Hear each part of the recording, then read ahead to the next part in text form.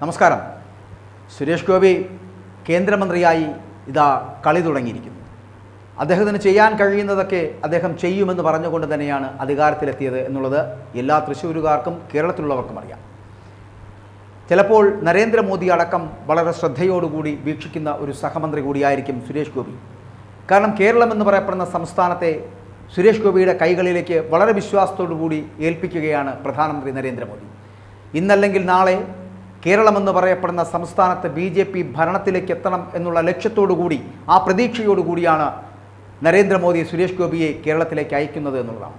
നമുക്കറിയാം, പലപ്പോഴും പല വികസനങ്ങളും വരുമ്പോൾ എയിംസ് അടക്കമുള്ള കാര്യങ്ങളിൽ രാജീവ് ചന്ദ്രശേഖർ അടക്കം തിരുവനന്തപുരത്ത് മത്സരിച്ചപ്പോൾ എയിംസ് തിരുവനന്തപുരത്ത് കൊണ്ടുവരുവാനുള്ള സാധ്യതകൾ കൽപ്പിക്കപ്പെട്ടിരുന്നു.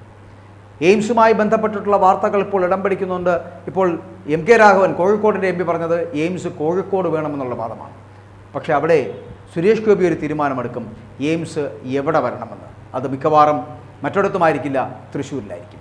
എന്തായാലും അങ്ങനെ പലതരത്തിലുള്ള മാറ്റങ്ങൾ. മാത്രമല്ല, തൃശ്ശൂരിൻ്റെ കമ്മീഷണറായിരുന്ന അങ്കിത് അശോകിന് സ്ഥാനചലനം ഉണ്ടാക്കിക്കൊണ്ട് ആണ് തൃശ്ശൂരിലേക്ക് സുരേഷ് ഗോപി എത്തുന്നത്. ഇപ്പോൾ എയിംസുമായി ബന്ധപ്പെട്ട് വരുന്ന വിഷയങ്ങളിൽ എയിംസ് എന്ന് പറയപ്പെടുന്നത് കോഴിക്കോട് തന്നെ വേണമെന്നാണ് MK രാഘവൻ്റെ പരാമർശം.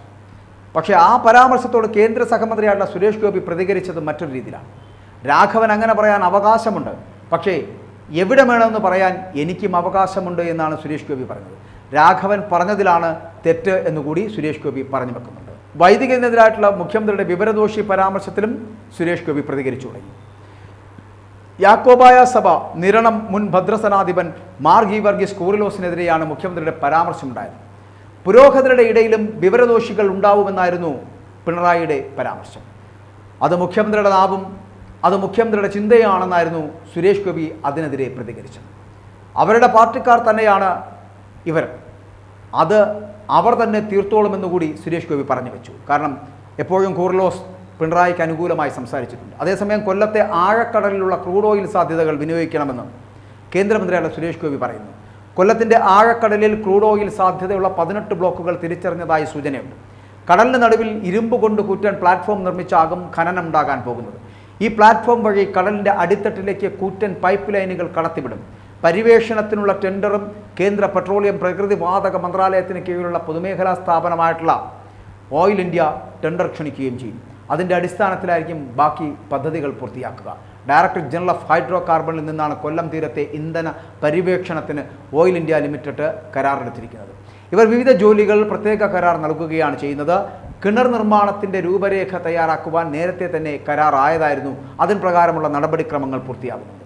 കന്യാകുമാരി മുതൽ കൊച്ചി വരെയുള്ള ഭാഗങ്ങളിൽ ഇന്ധന സാന്നിധ്യം പ്രതീക്ഷിക്കുന്നുണ്ട് എന്നുള്ളതാണ്. ചെറിയ പോർട്ട് എന്ന നിലയിൽ വിവിധ സേവനങ്ങൾ കുറഞ്ഞ നിരക്കിൽ ലഭ്യമാകുമെന്നതിനാലാണ് കൊല്ലം പോർട്ട് കേന്ദ്രീകരിച്ചുകൊണ്ട് പര്യവേക്ഷണത്തിന് സാധ്യത ഒരുങ്ങുന്നത് എന്നുകൂടി പറയേണ്ടിയിരിക്കുന്നു. എന്തായാലും വലിയ മാറ്റങ്ങൾ ഉണ്ടാക്കുവാനുള്ള തത്രപ്പാടിലും തയ്യാറെടുപ്പിലും തന്നെയാണ് സുരേഷ് ഗോപി എന്ന് പറയപ്പെടുന്നത്. ടൂറിസം മേഖലയാണ് അദ്ദേഹത്തിനുള്ളത്, മറ്റൊന്ന് പെട്രോളിയം വകുപ്പാണ്. ഈ രണ്ട് വകുപ്പുകൾ ഉപയോഗിച്ചുകൊണ്ട് കേരളത്തിൻ്റെ സാധ്യതകളെ പൂർണ്ണമായിട്ടും ഉപയോഗിക്കുക എന്നുള്ളതാണ് അദ്ദേഹത്തിൻ്റെ ആദ്യത്തെ കണക്കുകൂട്ടലുകൾ, പ്രതീക്ഷകൾ.